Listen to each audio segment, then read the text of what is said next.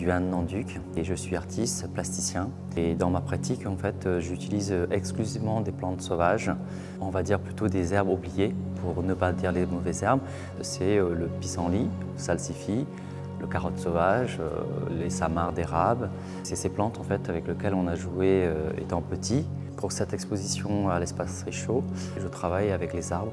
L'exposition s'intitule « Les cimes de l'asphalte ».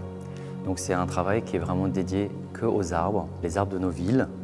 J'ai eu la proposition par le maire, François de Mézières. Il avait vu mon travail à Chaumont-sur-Loire et il m'avait proposé de venir voir l'espace Richaud et qui souhaitait en fait m'inviter pour que je puisse réfléchir à une exposition. C'est vrai qu'en venant à l'espace Richaud, le coup de cœur est instantané. Et je me suis dit que cet espace-là était idéal pour renouer du lien, voilà, de recréer du lien, de soigner des liens qu'on a perdus. Et c'est comme ça où je me suis dit, en fait, j'aimerais de cet espace parler de nos liens avec les arbres en ville. Et c'est comme ça est venue l'idée d'aller à l'encontre des arbres en ville pour mieux les comprendre, pour apprendre à les connaître et espérer connaître leurs secrets. Et du coup, je suis allé à l'encontre des arbres remarquables de la ville. C'est comme ça que j'ai rencontré le platane centenaire à l'espace de l'Hôtel de Ville. Et j'ai aussi la chance d'aller prendre les empreintes du grand pin d'Andalousie, du cimetière de Notre-Dame. Et ça, c'était vraiment un moment fort parce qu'il n'y avait pas juste l'histoire du lieu, mais il y a aussi l'histoire de la ville et cet attachement aussi aux arbres. J'ai grandi jusqu'à l'âge de 10 ans au Vietnam. Dans cette maison familiale, on avait un grand jardin avec plein d'arbres fruitiers, donc des manguiers, des tamaniers. Et il y avait un arbre qui s'appelle Yu Se en vietnamien. Et un jour, après l'école, je suis rentré et il y avait des gens qui étaient en train de couper tous ces arbres. J'ai eu beaucoup de mal à accepter. Et en fait, je crois que ça a fait une petite blessure en moi.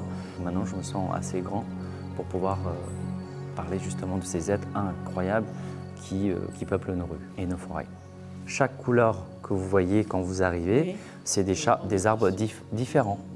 Donc vous avez du ginkgo, vous avez du chêne, du noyer, vous avez du hêtre. Et en fait, en faisant de la teinture, donc la teinture, c'est comme quand on fait une infusion pour le thé. Voilà. Vous prenez soit des écorces, soit des fruits, soit les feuilles. Vous faites infuser ça pendant 1 heure. Ça vous fait une couleur. Et en fait, cette couleur-là, si vous le mettez un tissu, que ce soit du coton, du lin, de la laine, de soie, et en fait, le tissu va capter la couleur. Et à partir de ces pigments que j'ai réussi à extraire des arbres, j'en fais de la peinture.